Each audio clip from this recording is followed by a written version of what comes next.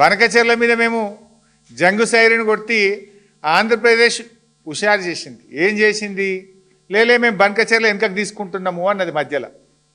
అది ఎందుకు వెనుకకు తీసుకున్నారు అనే కనీస సోయి కూడా ఈ ముఖ్యమంత్రికి లేదు, ఈ నీళ్ల మంత్రికి లేదు.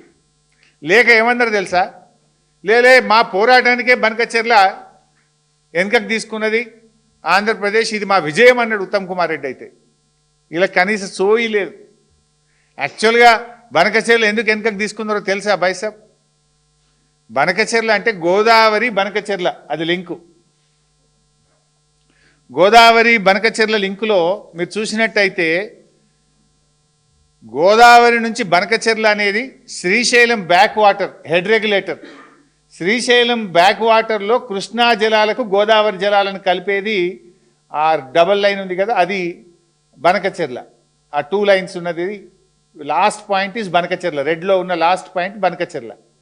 అయితే ఎప్పుడైతే గోదావరి నీళ్లు తీసుకుపోయి కృష్ణాలకు కలుపుతామో ఆ లాస్ట్ పాయింట్, యారో కరెక్ట్ పెట్టు బిడ్డ, నువ్వు పెట్టరా తమ్మి, ఆయన కిందకి ఇచ్చినవరా బిడ్డ, ఆ లాస్ట్ పాయింట్లో పెడితే దాన్ని బనకచెర్ల అంటాం.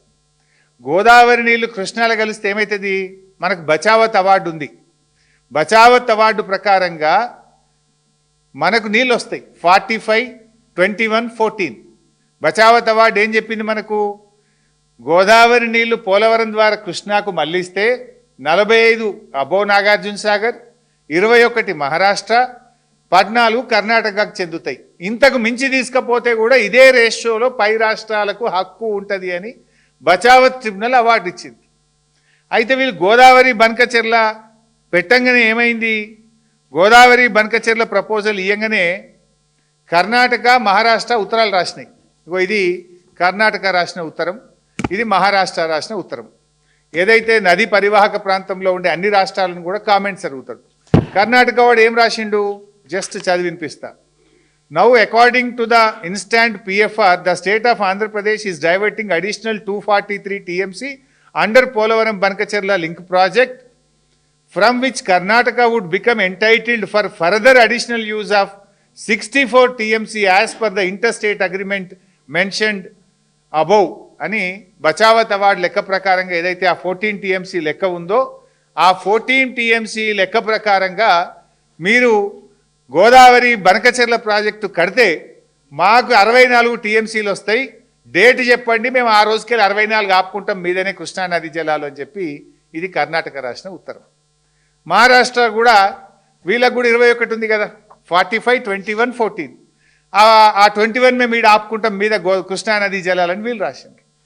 అప్పుడు ఆంధ్రప్రదేశ్కు జ్ఞానోదయమై కృష్ణల గోదావరి నీళ్లు కలిస్తే పాత బచావత్ అవార్డు ప్రకారంగా కృష్ణానదిలో 45 తెలంగాణకు, 21 మహారాష్ట్రకు, 14 కర్ణాటకకు పోతున్నాయి.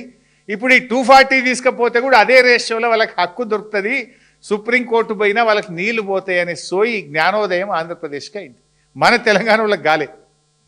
కాక ఏమంటారు? ఇది బనకచెర్ల ఆగిపోయిందని సంకల్ గుద్దుకొని ఇది మా విజయం అన్నాడు ఉత్తమ్ కుమార్ రెడ్డి. వాళ్ళు ఏం చేసింది? ఇప్పుడు కృష్ణల కలపకుండా డైరెక్టు నల్ల మల్ల సాగర్ అని పెట్టిండు. కృష్ణల కలిస్తే బచావత్ అవార్డు వర్తిస్తుంది, నల్ల మల్ల సాగర్ అంటే బచావత్ అవార్డు వర్తించదు.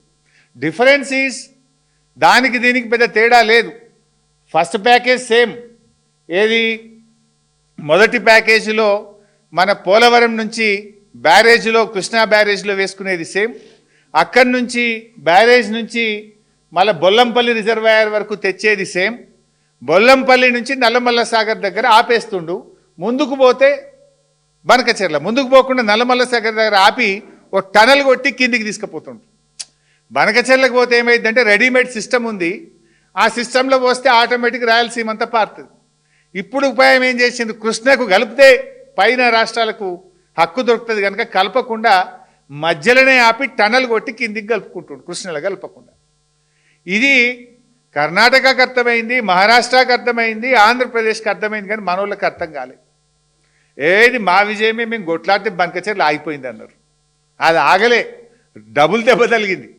మొదటి దెబ్బ గోదావరి నీళ్ళు పోయేది ఎట్లా పోతున్నాయి, రెండవ దెబ్బ బచావత్ అవార్డు ప్రకారంగా రావాల్సిన 45 కూడా రాకుండా పోతున్నాయి. డబుల్ దెబ్బ తగిలింది. అంటే మనోళ్ళు ఆ రకంగా ఇవాళ తెలంగాణకు అన్యాయాన్ని తలబెడతా ఉన్నారు.